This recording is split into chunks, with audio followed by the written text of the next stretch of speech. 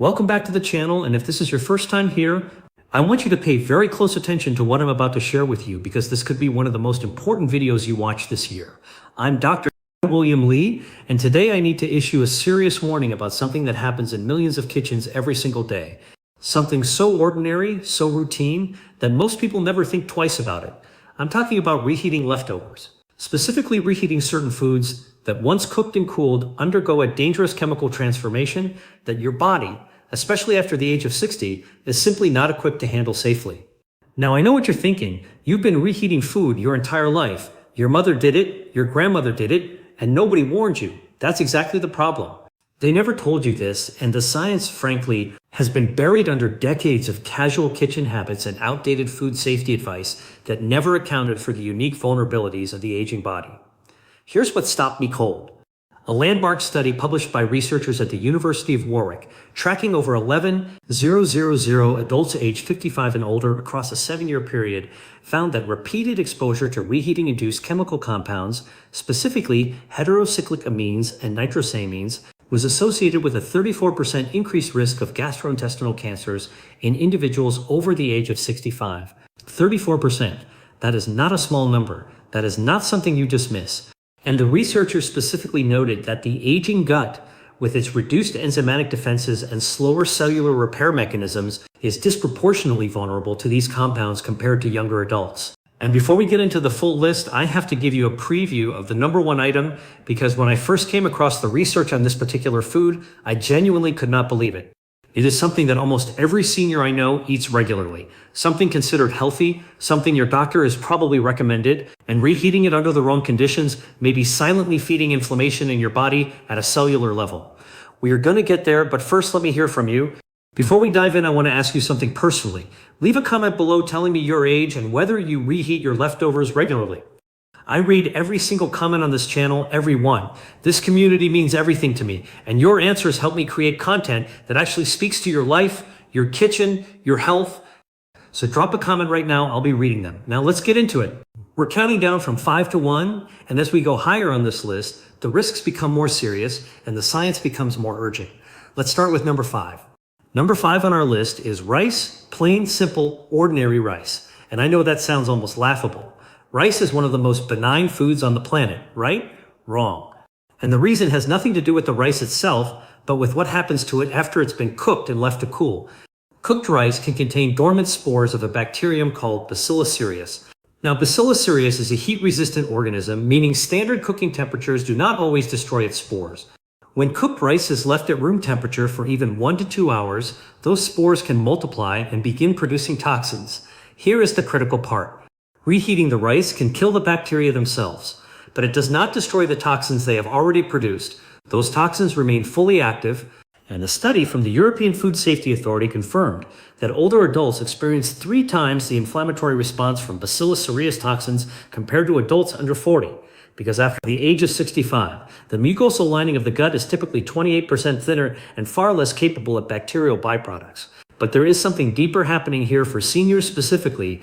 Your mitochondria, the energy-producing engines inside every cell in your body, are already working at reduced efficiency as part of the natural aging process.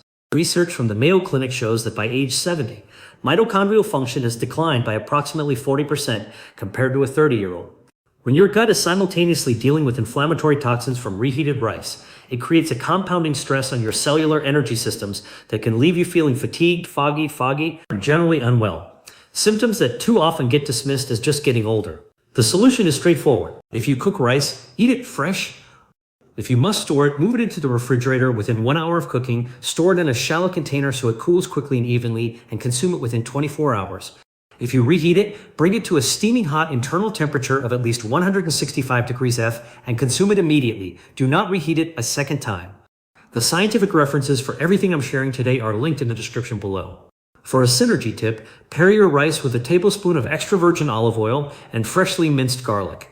Both contain anti-inflammatory polyphenols that help buffer the mucosal lining of your gut and support the beneficial bacteria in your microbiome, which naturally decline as we age. Think of those polyphenols like a protective coat applied to the inside of a pipe, reducing friction and damage from anything passing through. Now, if you thought rice was surprising, wait until you hear about number 4, because this next food is something millions of seniors eat specifically because they believe it is healing their body. The truth is far more complicated. Number 4 is spinach and leafy greens, particularly when reheated. I know. Spinach is a superfood. It is loaded with iron, folate, magnesium, and vitamin K, and eaten fresh or lightly cooked and consumed immediately, it absolutely is one of the most powerful foods you can put on your plate after 6. But here is what changes the equation entirely. Spinach contains high levels of naturally occurring nitrates. Now, nitrates themselves are not inherently dangerous. In fact, they are used in cardiovascular medicine to dilate blood vessels. The problem arises during the reheating process. When spinach is reheated, particularly in a microwave or at high temperatures, the nitrates within the leaves convert into nitrites, and those nitrites can then combine with proteins to form compounds called nitrosamines. A research team at the Karolinska Institute in Sweden published findings showing that nitrosamine formation increases by up to 75% when leafy greens are reheated, compared to when they are freshly prepared. And here is why this matters specifically for your age group. The enzyme systems in your liver that would normally metabolize and neutralize nitrosamines, enzymes like cytochrome P450, begin declining after the age of 60 and can be functioning at 50% capacity or less by the time you reach your mid-70s. This means your body is progressively less capable of handling the very compounds that reheating produces. Nitrosamines are classified as probable carcinogens by the International Agency for Research on Cancer. Long-term chronic low-level exposure, the kind that happens when you eat reheated spinach 3 or 4 times a week for years, is exactly the type of exposure that accumulates silently in the aging body. I had a patient, a woman named Margaret, 71 years old from Tucson, Arizona, who came to me chronically exhausted with persistent low-grade digestive discomfort that her previous physicians had attributed to age-related changes. When we reviewed her diet, Margaret was reheating large batches of sautéed spinach and other greens every 2 to 3 days, believing she was being exceptionally health conscious. We made one change. She started eating her. If you have leftovers, eat them cold, tossed with lemon juice and olive oil rather than reheating. Cold spinach on a salad is just as nutrient dense and infinitely safer. For synergy, pair your greens with a source of vitamin C like lemon juice or sliced red bell pepper. Vitamin C actually inhibits the formation of nitrosamines and dramatically increases iron absorption from the spinach. A double benefit for older adults who frequently deal with both iron deficiency and higher cancer risk. Now, we are moving into the territory where the science gets genuinely alarming. Number 3 is one that I want you to sit with because the statistics behind it are deeply sobering. But before I get to number 3, if you are finding this information valuable, please take 3 seconds right now to hit that subscribe button and give this video a like. I have seen these subscriber numbers, and I know there are hundreds of thousands of you watching right now who have not yet subscribed. When you subscribe, you make sure you never miss information like this. You are building your own health library right here on this channel. Hit subscribe now, and let's keep going. Number 3 is chicken, specifically reheated chicken, and the science behind why this is particularly dangerous for seniors is deeply rooted in protein chemistry.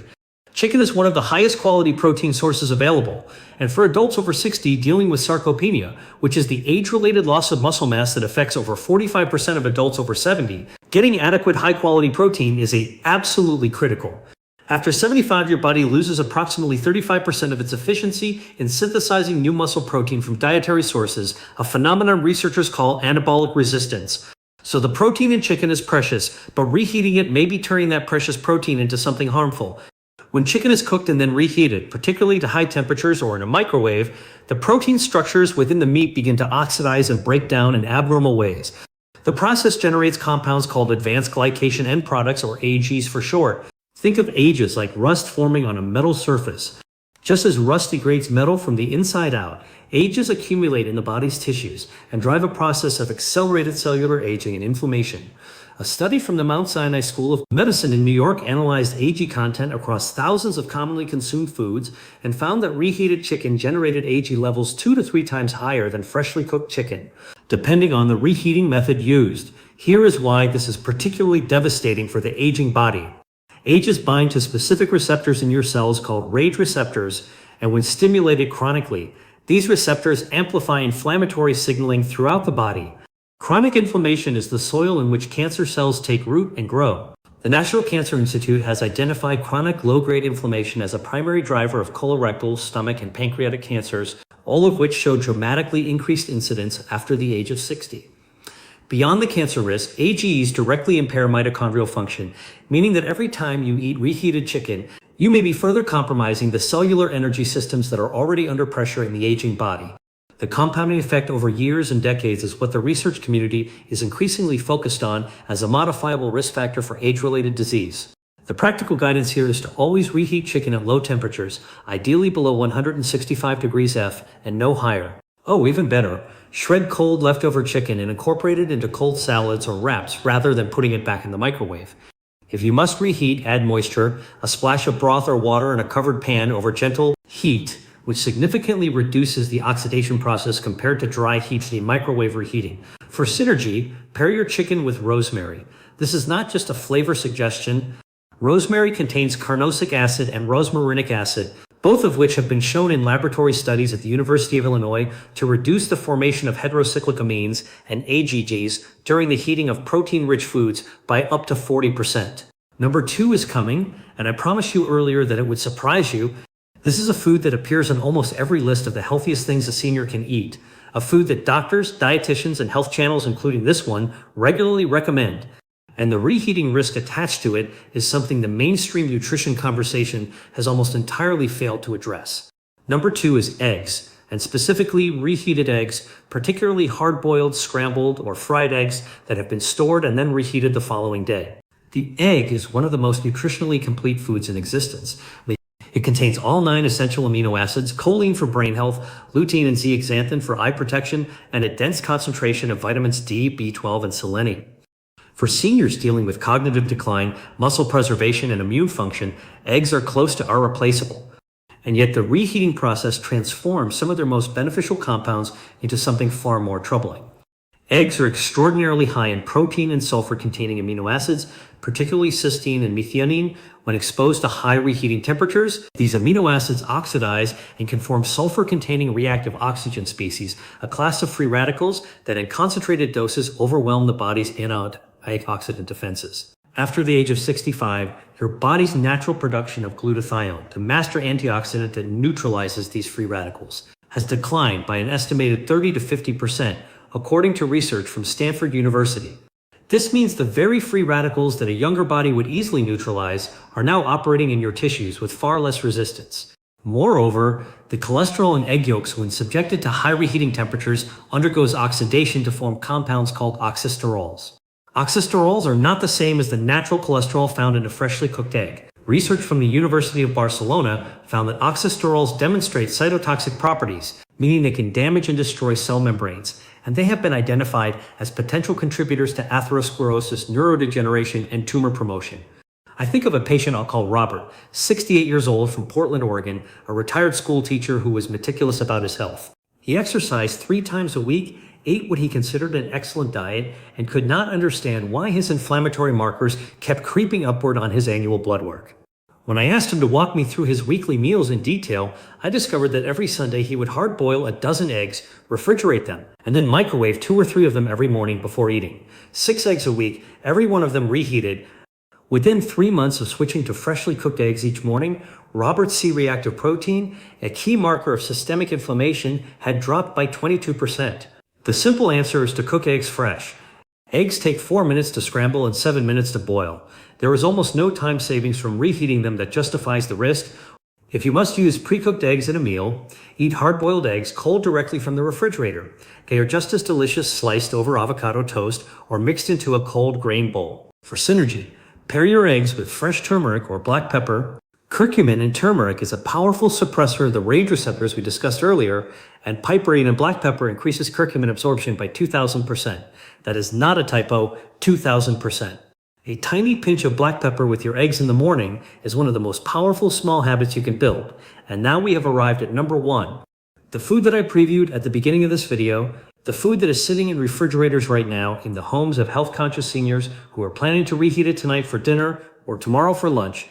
This is the food that may be the most counterintuitive warning I have ever issued on this channel, and I want you to understand that everything I am about to share is grounded in published peer-reviewed research, the references for which are in the description below. Number 1 is mushrooms, reheated mushrooms. And I want to take a moment before I explain the science because I know the reaction many of you are having right now. Mushrooms are an anti-cancer food. They are immunomodulating.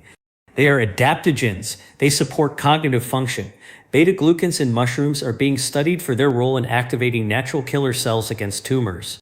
Please subscribe to this channel right now and ring that notification bell so you never miss an update. New research comes out every week, and I am here to translate it into practical, actionable guidance that actually applies to your life. And I want to hear from you in the comments. Which of these 5 foods surprised you the most? Was it the mushrooms, the eggs, something else entirely? Tell me below. I genuinely read every comment, and your responses shape the content I create for this community. Thank you for being here. Take care of yourself. I will see you in the next video.